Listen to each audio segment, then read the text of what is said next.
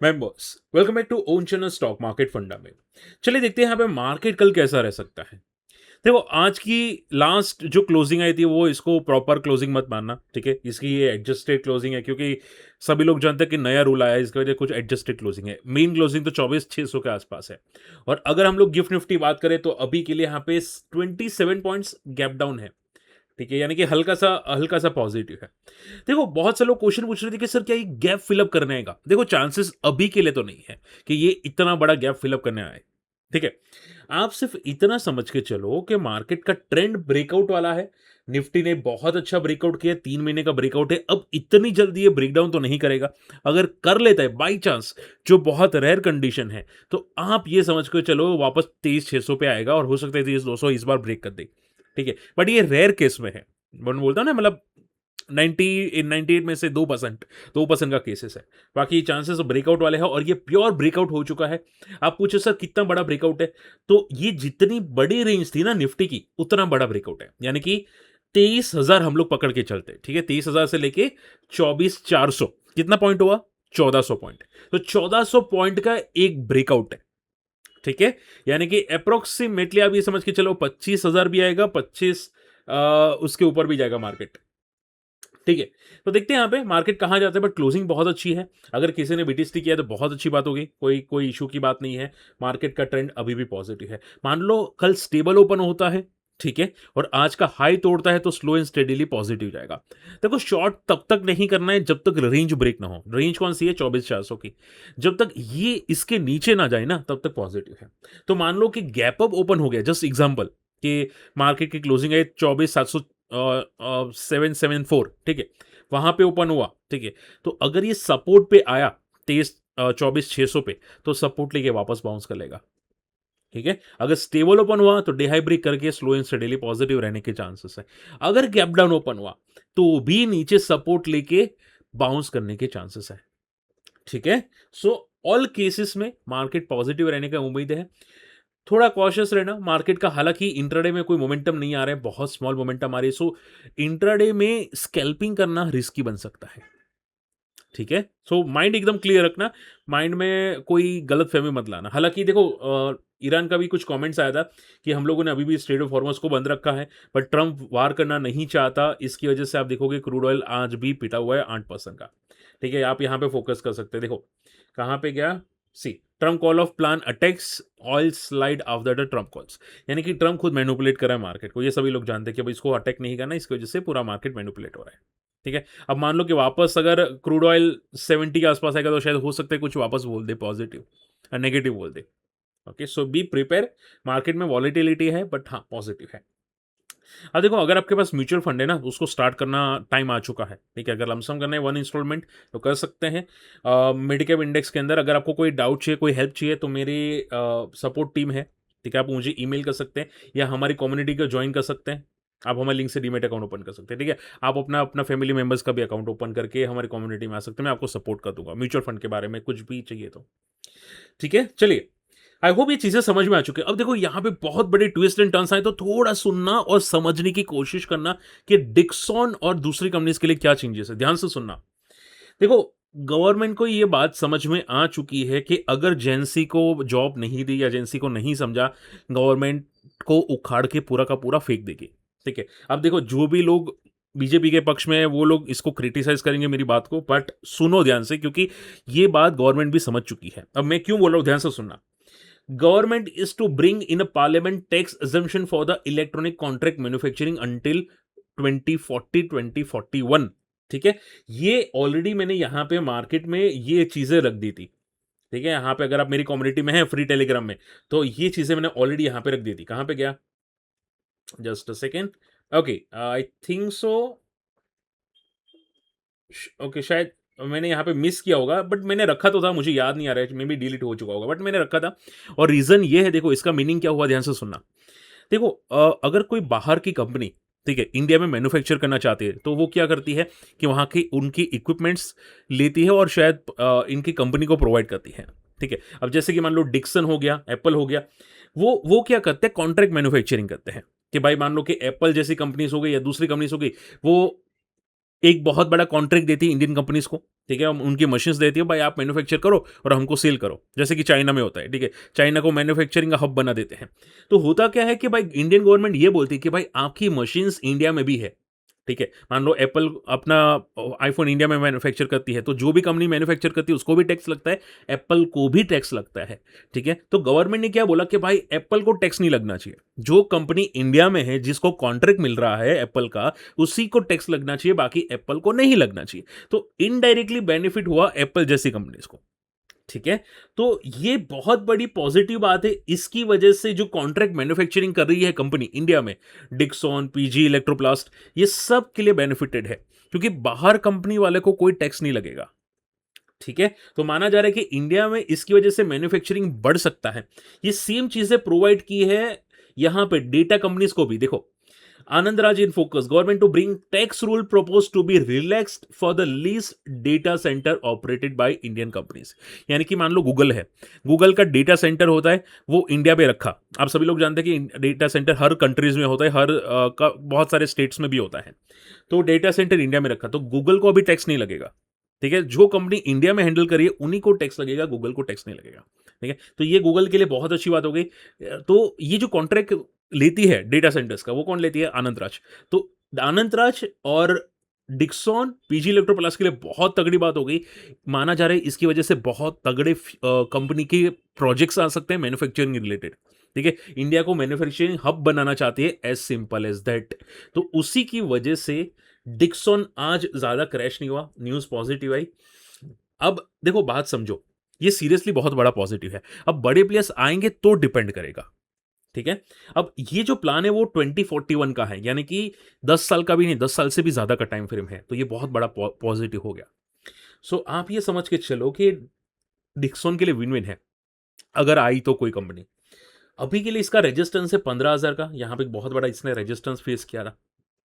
अगर ये ब्रेक करता है तो ये बहुत बड़ा ब्रेकआउट होगा, फिर इसका ब्लू स्काई जोन में चला जाएगा, जो इसका अगला रेजिस्टेंस हो जाएगा 19,000 का। आई बात समझ में?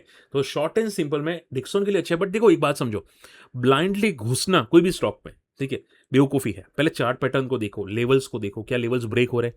अगर है तो पॉजिटिव है, ठीक है। मान लो कि बाद में जाके गवर्नमेंट मुकर गई, ठीक है, ये न्यूज से, तो आप तो फंस जाओगे। आपको सिर्फ ये ध्यान में रखना है कि अगर न्यूज सही होगी तो लेवल तोड़ेगा, अगर तोड़ेगा तो मैं फोकस करूंगा, सिंपल एज दैट। बात समझ में? देखो मैं कोई रिकमेंडेशन नहीं कर रहा, मैं आपको लॉजिक समझा रहा हूं, तो लॉजिक को फोकस करना। आई होप ये चीजें आपके माइंड में आ रही है। सेम लाइक आनंद राज की बात करने जाए, यहां पे आनंद राज बहुत बड़ा कंपनी है। एक टाइम में बिग बुल पैटर्न फॉलो करा था, बहुत तगड़ी पैटर्न फॉलो करा था। उसके बाद पैटर्न ब्रेक हुई, स्टॉक पूरा साइडवेज हो गया। अब जब तक ये 700 का लेवल नहीं तोड़ता तब तक ये साइडवेज जोन में है। ये टूटेगा तब जाके कुछ होगा, ठीक है। सो चार्ट्स को फोकस करो, prepare the list, watch list prepare करो, आपके काम आएगी। चलिए फटाफट बात करते हैं रिजल्ट सीजन पे। बटरफ्लाई गांधी एवरेज रिजल्ट है, बी केयरफुल, नंबर्स इतने अच्छे नहीं है। हल्का सा ग्रोथ है ईयर टू ईयर, सो पैनिक्स आ सकते हैं। एथर एनर्जी के टोटली टर्न अराउंड नंबर्स है, लॉस बहुत तगड़ा नैरो हुआ है, 71% का जंप आया है लॉसेस के अंदर, यानी कि लॉस बहुत तगड़ा कम हुआ है। सो चांसेस तो यही लग रहे कि अगर ऐसा ही चलता रहा तो कंपनी का लॉसेस खत्म हो जाएगा। बट देखो ऑलरेडी बहुत ज्यादा स्ट्रेच हो चुका है, ऑलरेडी आप देखोगे बहुत ज्यादा भागा हुआ है। तो इतने अच्छे नंबर्स आने पे अगर मान लो क्रैश हो जाता है तो भी सरप्राइज मत होना, क्यों? क्योंकि ऑलरेडी ये भागा हुआ स्टॉक है, ठीक है। बड़े प्लेयर्स को पहले से पता था कि इनकी सेल्स अच्छी हो रही है और ये प्रॉफिटेबल हो जाएगी, ऐसा भी हो सकता है, अनुमान होते हैं ना बड़े प्लेयर्स के। तो स्टॉक में केयरफुल है ना, पहले इसकी मोमेंटम कुछ दिन के लिए चेक करो। सपोर्ट है 1000 का राउंड लेवल, अगर टूटता है तो पैनिक आएगा 1000 का, ठीक है। Krishna institute of medical science numbers खराब है, बहुत घटिया नंबर्स है। प्रॉफिट सीधा आधा हो चुका है, जो लास्ट ईयर में 786 मिलियन का था 450 मिलियन का है। सो बहुत खराब नंबर्स हैं, बी केयरफुल कंपनी के अंदर। Okay, SBI fund management numbers आ चुके हैं, मैं आपको नंबर्स यहाँ पे डिटेल में बताना चाहता हूं, तो थोड़ा फोकस कीजिएगा। ये एसबीआई फंड मैनेजमेंट के नंबर्स है, मैंने यहाँ पे डिटेल ओपन करके रखी है। अगर आप ध्यान से देखोगे, मैं इसको जूम इन कर देता हूं। देखो नंबर्स अगर बात करने जाए वन शॉट में तो हल्के से ही पॉजिटिव है। ईयर टू ईयर ग्रोथ आई है जरूर नेट प्रॉफिट के अंदर, यहां पे आप देख सकते हैं, बट बहुत ही माइनर ग्रोथ है, कोई खास ग्रोथ नहीं है। क्वार्टर टू क्वार्टर बहुत अच्छी ग्रोथ है, ठीक है, और सेल्स में भी काफी अच्छी बढ़िया ग्रोथ आई है। सो अगर नंबर्स वन शॉट में बोले तो लिटिल बिट पॉजिटिव साइड पे बोल सकते हैं, बहुत ज़्यादा नहीं, लिटिल बिट पॉजिटिव। सो आप सिर्फ इतना समझो कि अगर ये जो नंबर्स आए हैं, अब नंबर्स आने के बाद जो अभी मान लो कि लिस्टिंग के बाद कोई भी लो बनाया होगा 52 एक लो, ठीक है, वो टूटना नहीं चाहिए। अगर वो टूटता है तो पैनिक आएगा।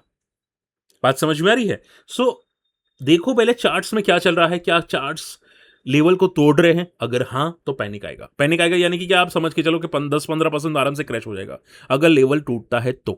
ठीक है, बाकी नंबर्स अच्छे हैं, मोमेंटम देखते हैं कल कैसी आती है।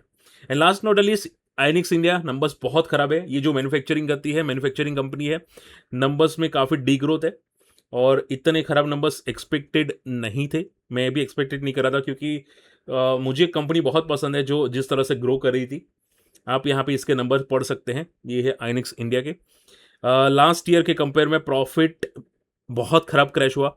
इवन यहाँ पे आप देखोगे profit before taxes quarter to quarter भी काफ़ी तगड़ा क्रैश हुआ है। So it's not expected at all. Revenue में डिक्लाइन आया है, प्रॉफिट में डिक्लाइन आया है। सो इन ऑल ऐसा लग रहा है कि ग्रोथ कम हो चुकी है कंपनी की। ठीक है, सो थोड़ा कॉशियस रहना। लेवल्स अगर हम लोग डिस्कस करें यहाँ पे आइनिक्स इंडिया के, सी बहुत अच्छा भाग रहा था last, I think big bull में था ये, उसके बाद बहुत अच्छा मूव किया।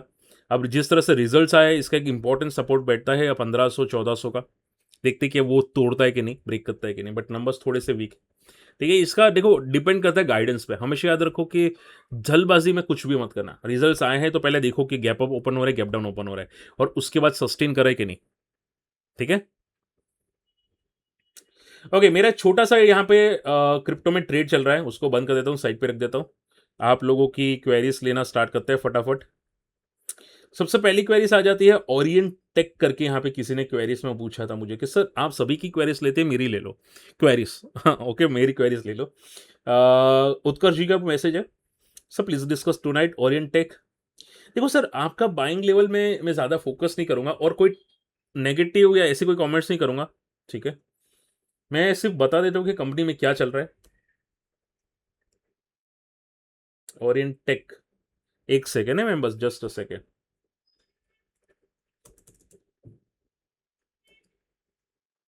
ओके, ये वाला है।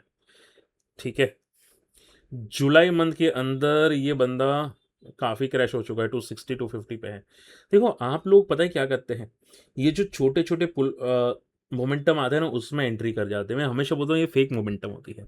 कोई भी स्टॉक की एंट्री 2 दिन में नहीं कर सकते हम लोग। ठीक है, वो ट्रैपिंग मूव होती है 2 दिन। आप देखोगे 2 दिन बहुत बड़ा भागा, फिर उसके बाद क्रैश हो गया। सो ये ट्रैपिंग मूव्स होते हैं, ऐसे में घुसना बेवकूफ़ी है। ठीक है, उसको कुछ दिन सस्टेन करना पड़ता है। Momentum big bull pattern is best pattern, क्योंकि वो आराम से मोमेंटम होती है। ठीक है, रही बात इसके रिजल्ट्स की, नंबर्स अच्छे नहीं आ रहे अभी तक के। ठीक है, बहुत केयरफुल लेना पड़ेगा। ग्रोथ बिल्कुल भी नहीं है इसके अंदर। रिजर्व्स ठीक है, अच्छे रिजर्व्स है, बट ग्रोथ बिल्कुल भी नहीं है। रिसेंटली प्रमोटर ने स्टेक भी थोड़ा बहुत कम किया था। So all in all numbers बेकार है, ग्रोथ नहीं है, स्टॉक का चार्ट भी बेकार है, और स्टॉक में इंपॉर्टेंट सपोर्ट लाइफ फ्लो के आसपास है, वो है 200 के आसपास का, 200-220। अगर वो टूटता है तो बहुत बड़ा क्रैश आएगा, क्योंकि ये बहुत बड़े बहुत टाइम इसने कंसोलिडेट किया था 200 के आसपास, 200, 280, 300 पे कंसोलिडेट किया था। अगर ये ब्रेक होता है तो पैनिक आएगा। ठीक है, तो बी केयरफुल, और छोटे मोटे पुलबैक्स में एंटर मत करो वरना फंस जाओगे। वो सिर्फ ट्रेडिंग के लिए होता है, मोमेंटम के लिए नहीं। कोल इंडिया की बात करते हैं। यहाँ पे कोल इंडिया किसने मुझे पूछा था, देखो मैं क्वेरीज ट्राई करूंगा छोटी छोटी कम क्वेरीज लेने की। ठीक है, क्योंकि ऑलरेडी वीडियो लंबा हो चुका है। सो नेक्स्ट टाइम आपकी क्वेरीज लेंगे तो ऐसा मत बोलना कि भाई सर अपने क्वेरीज नहीं ली। किसी ने कोल इंडिया के बारे में पूछा था कि सर कोल इंडिया क्रैश हुआ है ओएफएस के बाद, तो इसका ग्रोथ क्या है। देखो स्टॉक में ओएफएस के बाद फॉल आते हैं, एक्सपेक्टेड होता है, काफ़ी कंपनीज फॉल कर लेती है। ये इसका सपोर्ट है 400 से लेके 420 का। अगर ये टूटता है तो पैनिक आएगा, और इसमें कोई ग्रोथ की मोमेंटम है भी नहीं। ठीक है, और मंथली चार्ट में भी आई थिंक मैंने देखा था सपोर्ट के आसपास है। तो अगर ये सपोर्ट टूटता है तो पैनिक आएगा। ठीक है, विच इज अराउंड सपोर्ट है अराउंड 400 के आसपास की मंथली सपोर्ट है। अगर वो टूटता है तो फिर 360 340 आएगा, 340 360। सो बी केयरफुल।